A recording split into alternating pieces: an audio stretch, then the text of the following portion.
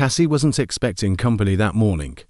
She had just finished mucking out the goat barn on her small rescue farm in the outskirts of Flagstaff, Arizona, when the sound hit her, a high-pitched trill that didn't belong to any of her animals.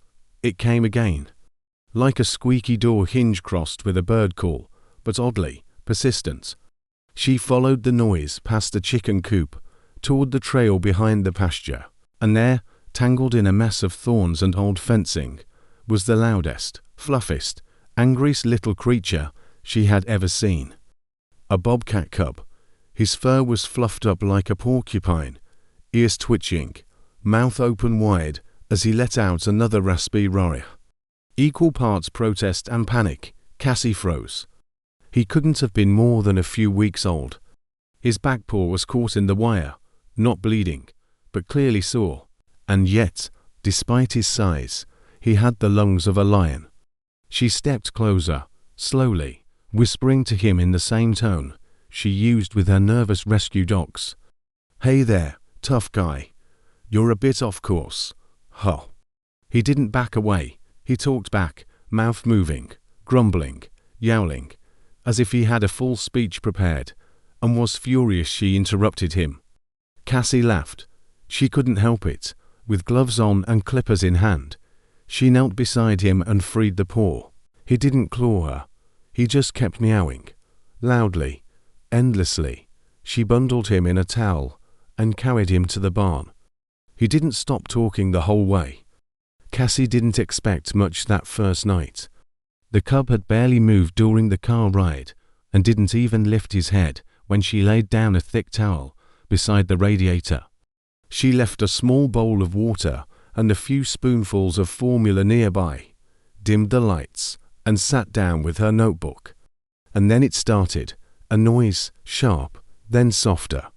Like a chirp, but hoarse, then a whine, followed by what could only be described as a grumble. Cassie froze, unsure if she was hearing things, but no, he was talking. Not meowing, not growling, just talking. A stream of tiny, gravelly sounds that didn't make sense, but somehow said everything.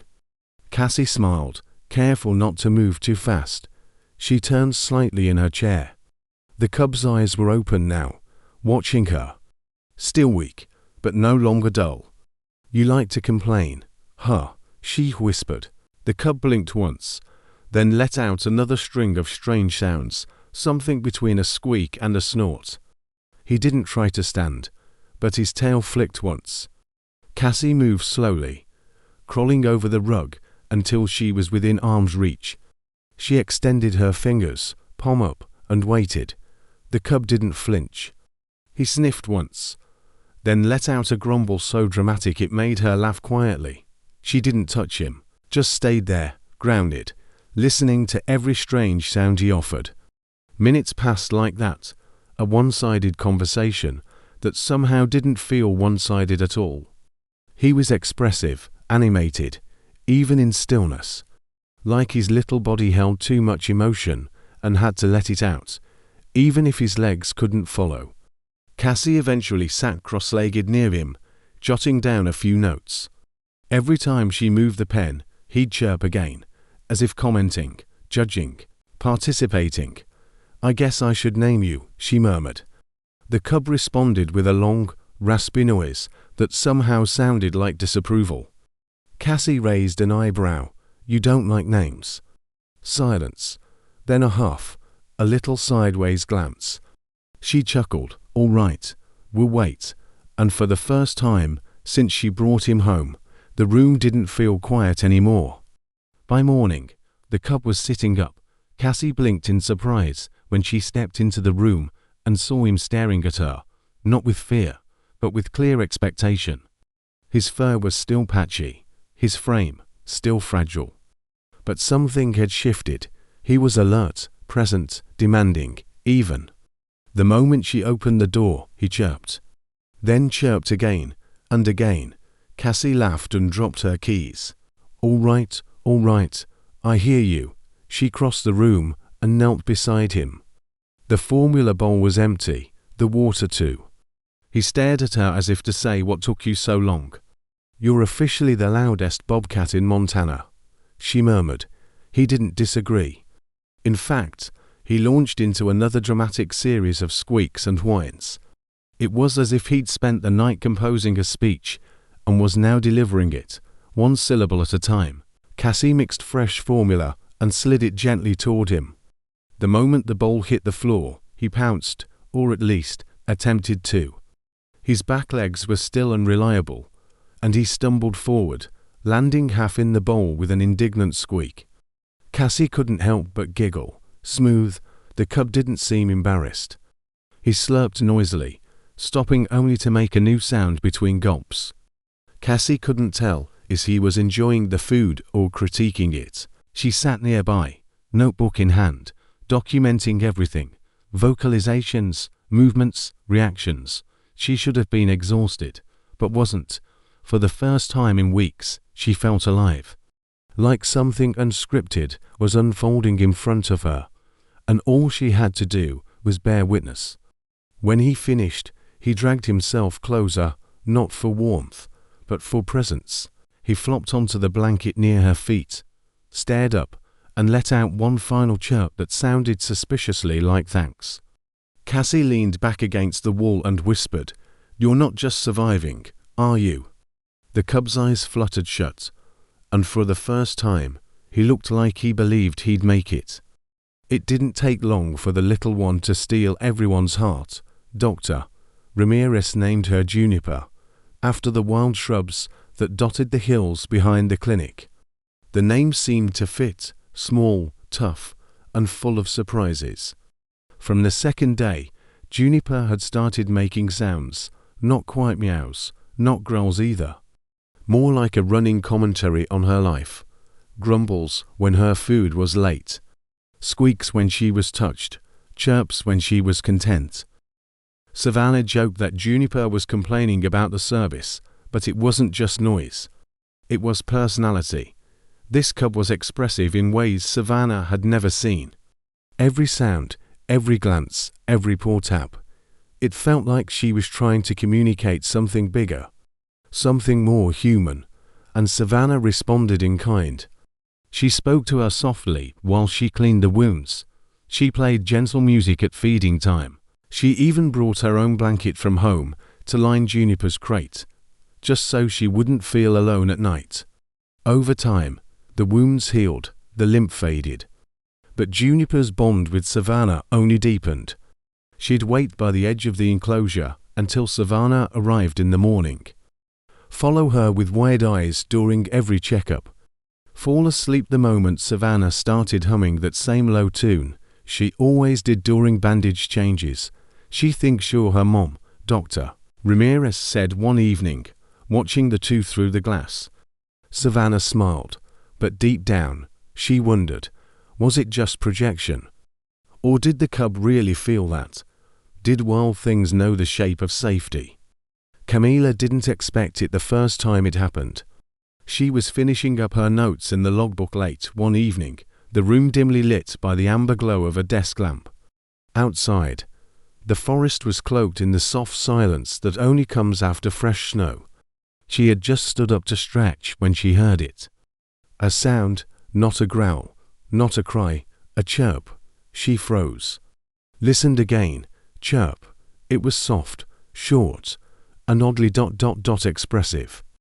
She walked toward the window, pulled the curtain aside, and looked out. Nothing but trees and shadows. Still, the sound came again, closer now. Camila opened the door slowly, and there he was. The little bobcat stood just a few feet away from the porch, looking straight at her. His ears were alert, tail flicking gently behind him, and then another chirp. A little higher this time, almost as if asking a question. Camila laughed, the sound escaping her without permission. "You're talkative tonight," she said gently. The cub chirped again, then made a warbling noise that sounded so much like an attempt at a sentence that Camilla's jaw dropped. She had read that bobcats could vocalize yawls, hisses, growls, but this was different. Over the next few days, the pattern continued. Every time the cub approached the cabin, He would greet her with a chirp. When she brought food, he chirped. When she spoke, he responded. Sometimes, he even initiated the exchange, pacing in front of the porch, chirping until she appeared. It wasn't just sound. It was communication, connection. Camila began to notice patterns in his tone, shorter sounds when he was hungry, longer ones when he was curious, and sometimes a soft, almost purring trill when he sat near her in silence. She started recording them, not for research, not for science, just to remember, because there was something special about being spoken to by a creature that wasn't supposed to speak, something that reminded her she wasn't alone out here. That maybe, just maybe, he had something to say. The first gift came on a Wednesday morning. Camila stepped out with her coffee, expecting frost on the railing and maybe a visit from the chirping cup. Instead, she found a feather, long, striped, perfect, resting on the mat outside her door. She looked around, half smiling. The forest was quiet. The cub wasn't in sight, but she knew. Somehow, she knew it wasn't random. That same afternoon, he showed up again. Not for food, not for affection, just to sit. He curled up on the porch, tail tucked neatly under his feet, and looked at her with those impossibly golden eyes. The moment held, and then he chirped, softly, just once, before turning to leave. The next morning, another gift. This time, a small, polished stone, round and dark with a streak of amber that caught the light just right. It sat where the feather had been. Camila knelt to pick it up. The weight in her hand was more than just a stone. It was recognition, a gesture, a kind of language only shared in wild silence. Over the weeks, the pattern continued. Twigs arranged in strange, deliberate shapes, bits of moss, a broken antler tip. Once, even a shiny soda tab she hadn't seen in months. Some days he watched her discover them, other days, he left them without trace. Camila started leaving things too, a blue ribbon tied around a branch, a line of smooth pebbles along the edge of the porch, a tiny wooden carving she had made in the early days of his healing, of him, as a cub, curled in sleep. One morning, she found the carving moved. Not far, just turned, facing the trees. That was the day she realized. He wasn't just visiting, he was teaching her. About attention, about presence, about how the world speaks when you're quiet enough to hear it. And every gift he left behind was a reminder that connection didn't need words, just intention and trust. It started like any other morning. Camila brewed her coffee, opened the back door, and scanned the clearing with soft anticipation. But the porch was empty. No paw prints, no chirp, no gift. She told herself it was nothing. He'd wandered before. He always came back. Still, something in her chest felt hollow. The kind of absence that doesn't make noise, just a quiet that presses behind your ribs. By noon, she walked the edge of the trees, called out softly, once, twice, not his name, just her presence. Her voice, an offering, but the forest stayed still. That night, the cold returned with a sharpness she hadn't felt in weeks. Camila set out a blanket anyway. A bowl of water. She left the door unlocked. He didn't come. By the second day, the silence became weight. She tried to work, filling out reports, organizing supplies, but her mind wouldn't settle. Every shadow made her turn. Every sound made her pause. She didn't sleep. By day 3, she stopped waiting on the porch and started walking deeper. Down the old logging trail, past the split rock where he once lay in the sun, to the ridge where she swore she'd once seen him disappear at dusk. Nothing, no feathers, no stones, no gifts, just silence and guilt. What if she had let him grow too comfortable, too trusting? What if he'd wandered too close to a road, or a trap, or another predator? The questions swirled like wind through bare branches. That night, Camila sat on the steps, legs pulled to her chest, eyes stinging from the cold and unched tears. And then, a sound, soft, delicate, the faint crunch of snow. She looked up. There he was, not injured. Not limping, just muddy, his fur speckled with pine needles and dirt, one ear tilted sideways, like he'd been caught in the middle of something wild and unapologetically real. He walked up, slow and casual, and sat at her feet. Then, and only then, he chirped. Camilla laughed. The kind of laugh that breaks through worrying and melts straight into relief. She didn't ask where he'd been, because whatever journey he'd taken, it was his, and he had chosen to come back. After that brief disappearance, everything changed. The bond between Camilla and the bobcat wasn't just visible, it was audible.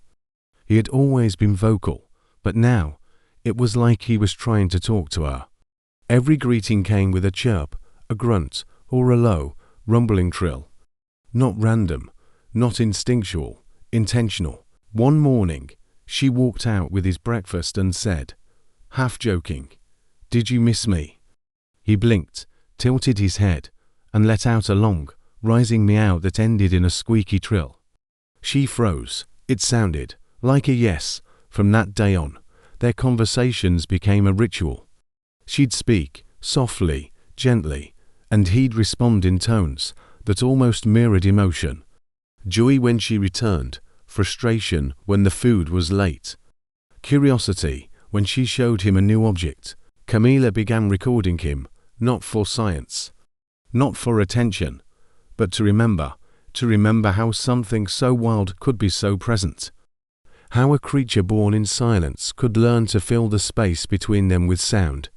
He'd mimic birds, chase falling leaves, chirp at the wind. And then one afternoon, while she was sketching on the porch, he did something new.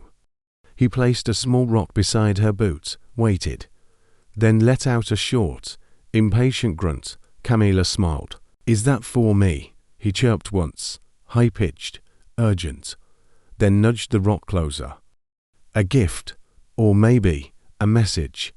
Not just I'm here, but I see you, I hear you, and I want to be understood. That night, she played back some of his sounds on her phone. He came closer, ears twitching, tail flicking with interest. When his own voice echoed from the speaker, he stared, then made the same noise again, as if replying to himself. Camilla whispered, "You're learning to speak," but deep down, she knew. It wasn't about learning. It was about trusting someone enough to try. Winter arrived earlier than expected. The wind picked up one morning, sweeping through the valley with icy breath. The trees bowed under frost, and the porch creaked with each gust. Camilla stepped outside, bundled in layers, holding two bowls, one with food, the other with warm water. But the yard was empty, no paw prints, no playful chirps. No bobcat. She waited, called softly, clicked her tongue the way he liked. Nothing. By afternoon, she was pacing. Checked the edge of the trees, then the creek. The field behind the shed, still nothing. She didn't panic, not at first. He had wandered before, grown bolder, more curious. She had always told herself this day would come. But now that it had, it felt like a silence too loud to ignore. 2 nights passed, then 3. And then, just before dawn on the 4th, a sound outside the cabin. Not a knock, not claws on wood, a trill, faint, hoarse, but undeniably his. Camilla opened the door. There he was, covered in frost. A shallow scratch on his nose, tired, but proud. And beside him, barely visible against the snow, another bobcat. Slightly smaller, hesitant, eyes wide and unblinking. Camilla stepped back instinctively. The first bobcat, her bobcat, looked at the other, then at her. Just like Theo had done, that winter evening years ago. It was happening again, a circle, a passing of something unspoken. She crouched slowly, heart racing. The new bobcat didn't approach, just watched, but her bobcat. He nudged the younger one gently, then turned toward Camila and made the softest sound she had ever heard from him, low, steady, reassuring. A voice that said, "It's okay." He didn't come inside. He didn't need to. This wasn't a return. It was a farewell on his terms. He had grown, taught, protected. Now, it was time. Camila stayed outside long after they disappeared back into the forest. Her boots frozen, her face damp with tears, but not from sadness. From knowing she had witnessed something wild again. And this time, she understood it completely. Snow kept falling 4 days after they left. Camila found herself stepping out each morning, scanning the tree line without meaning to, listening, hoping, but they didn't return. Not in the way they used to. No chirps, no pause on the porch. Just wind, cold, and the deep quiet of a forest doing what forests do. Keeping secrets. She thought it would break her. But it didn't, because what lingered wasn't absence, it was presence. In the way the shed door creaked, still slightly ajar. In the scattered tufts of fur caught on the fence. In the tiny scratch marks on the cabin steps that she refused to wash away. Camila didn't try to fill the space they left. She didn't adopt another animal. Didn't talk about them to visitors. Only in her journal, sometimes, and only in fragments. Still hear him sometimes, she wrote once. Like a whisper made of fur and frost, months passed, the seasons turned, the valley greened, and hikers began to whisper about sightings. A large bobcat with a jagged scar across his back. Always watching from a distance. Always with a younger one close behind. They gave him nicknames. The ghost, the guardian, the one that watches. Camila never corrected them, because names didn't matter. What mattered was that he had made it. That he had grown into what he was meant to be. That he had returned to the world, and brought someone with him. She often sat on the porch at dusk, arms wrapped in a blanket, eyes on the horizon. Not waiting, not expecting, just remembering. Some bombs aren't meant to be held forever. Some are meant to pass through us like weather, fierce, beautiful, unforgettable, then fade back into the wilderness that shaped them. And if one day, in the hush between heartbeats, she heard that trill again ... she would know, he remembered. If this story moved you, consider joining us. We share moments like this all the time, real, raw, and unforgettable. Tap that button and be part of every new chapter we tell.